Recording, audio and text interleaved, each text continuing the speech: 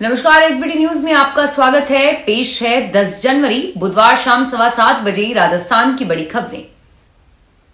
उच्चतम न्यायालय ने द्वितीय राष्ट्रीय न्यायिक वेतन आयोग की सिफारिशें स्वीकार करते हुए इसके कार्यान्वयन की निगरानी के लिए सभी उच्च न्यायालयों में एक समिति गठित करने का आदेश दिया है। मुख्य न्यायाधीश DY चंद्रचूड़ और न्यायमूर्ति JB पारदीवाला तथा न्यायमूर्ति मनोज मिश्रा की पीठ ने कहा कि यह गंभीर चिंता का विषय है कि अन्य सेवाओं के अधिकारियों ने 1 जनवरी 2016 तक अपनी सेवा शर्तों में संशोधन का लाभ उठाया, लेकिन न्यायिक अधिकारियों से संबंधित ऐसे ही मुद्दे 8 साल बाद भी अंतिम निर्णय का इंतजार कर रहे हैं। पीठ ने कहा कि इस बात पर जोर देने की जरूरत है कि न्यायाधीशों को उनके कार्यकाल के दौरान और सेवानिवृत्ति के बाद भी सुविधाएं प्रदान करना न्यायपालिका की स्वतंत्रता से जुड़ा है, और कहा कि न्यायाधीश सेवा से सेवानिवृत्त हो गए हैं या जिन लोगों का निधन हो गया उनके परिवार के पेंशन भोगी भी समाधान का इंतजार कर रहे हैं।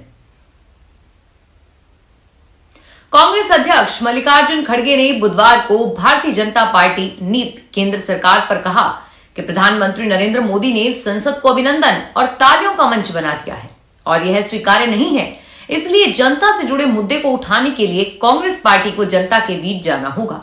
खड़गे ने कांग्रेस के पूर्व अध्यक्ष राहुल गांधी की भारत जोड़ो न्याय यात्रा और आगामी लोकसभा चुनाव के परिप्रेक्ष्य में आज यहां आयोजित पार्टी के केंद्रीय पदाधिकारियों की बैठक में यह बात कही।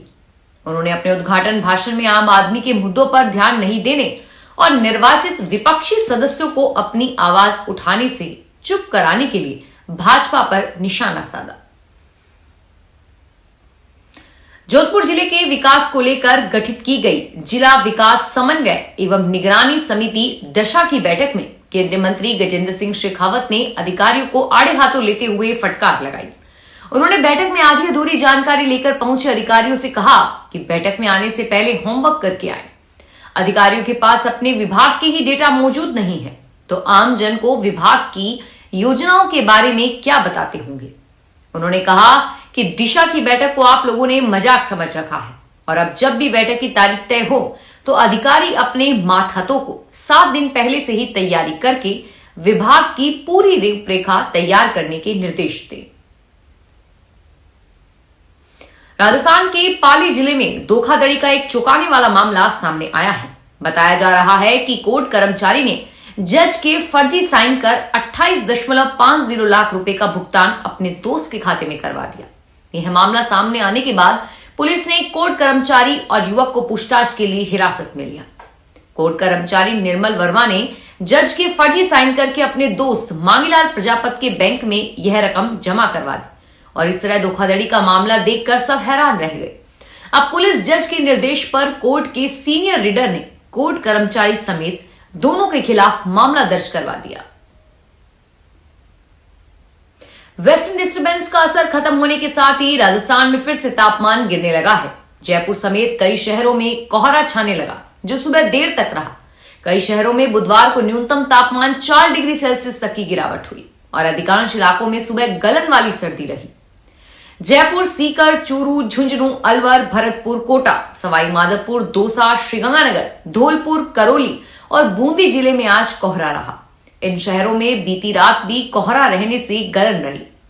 मौसम विशेषज्ञों के मुताबिक अगले कुछ दिन अब उत्तरी हवा के असर से पूरे राजस्थान में सुबह शाम सर्दी तेज रहेगी। कुछ जगहों पर पाला पड़ने जैसी स्थिति भी हो सकती है।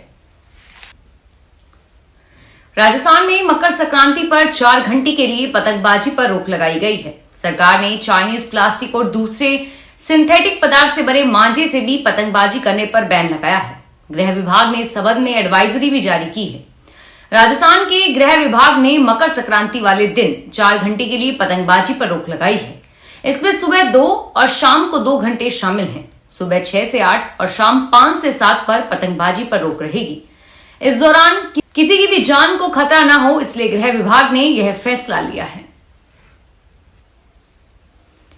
पालनहार योजना में वार्षिक सत्यापन से जुड़ी एक काम की खबर है। जिन लाभार्थियों का वार्षिक सत्यापन के चलते अस्थायी रूप से आवेदन निरस्त किया गया है, अब वह जल्द से जल्द निर्धारित समय अवधि में दी गई छूट में अपना वार्षिक सत्यापन दोबारा करा सकते हैं।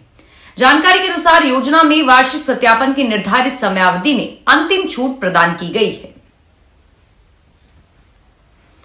राजस्थान के स्वायत्त शासन मंत्री झावर सिंह खर्रा ने सचिवालय में विभाग के अफसरों से गहलोत सरकार की जमीन के बदले जमीन देने के मामलों की जांच रिपोर्ट 7 दिन में मांगी है।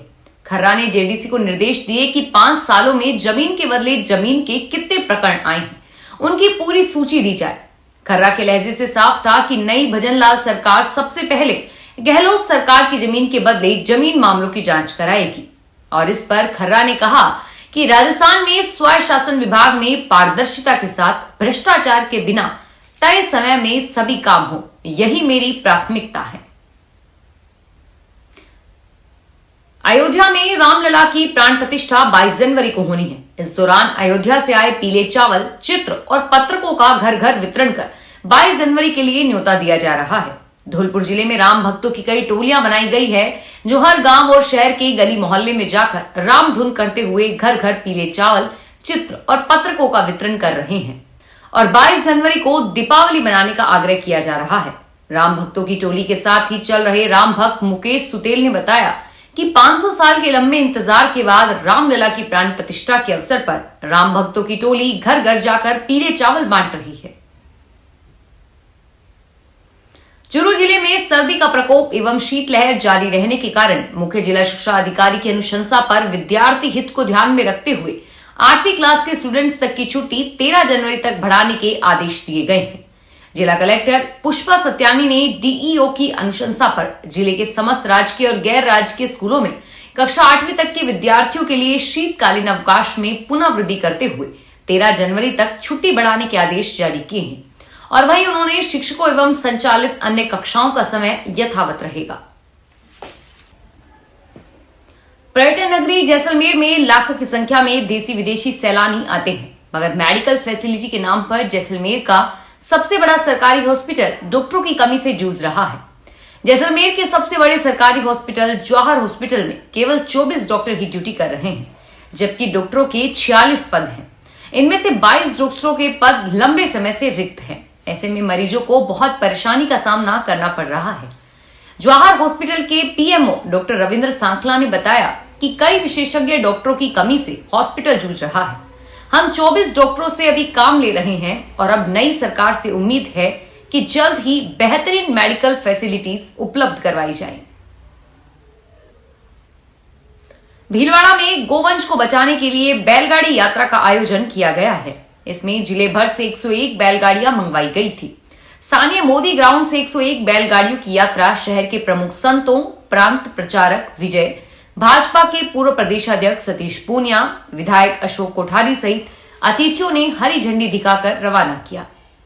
इस मौके पर भाजपा के पूर्व प्रदेशाध्यक्ष सतीश पूनिया ने कहा कि नंदी की प्रासंगिकता आज भी बनी हुई है, बैल की प्रासंगिकता आज भी है और इसीलिए जड़ों की ओर लौटे, संस्कृति की ओर लौटे।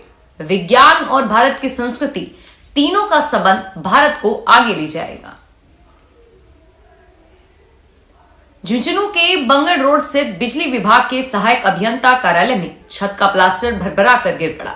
गनीमत रही कि जिस समय हादसा हुआ उस वक्त कर्मचारी मौके पर नहीं थे, अन्यथा बड़ा हादसा हो सकता था। यह घटना कल शाम की है और इस संबंध में बुधवार को विभाग के कर्मचारियों ने सहायक अभियंता झुंझुनू को ज्ञापन सौंपकर कार्यालय की मरम्मत कराने की मांग की। जिला महामंत्री सुरेश शर्मा ने बताया कि कार्यालय का भवन जर्जर हो चुका है। कर्मचारियों ने बताया कि इमारत जर्जर हो चुकी है और आए दिन प्लास्टर गिरता रहता है। बयावर के विधायक शंकर सिंह रावत के जन्मदिवस पर आयोजित कार्यक्रम में हिम्मतपुरा बयावर पहुंचे राज्य के उप मुख्यमंत्री प्रेमचंद बैरवा और कैबिनेट मंत्री जोराराम कुमावत का विधायक रावत, सभापति नरेश कनौजिया, प्रधान गणपति सिंह और अन्य जनप्रतिनिधियों ने माला व साफा पहनाकर स्वागत किया।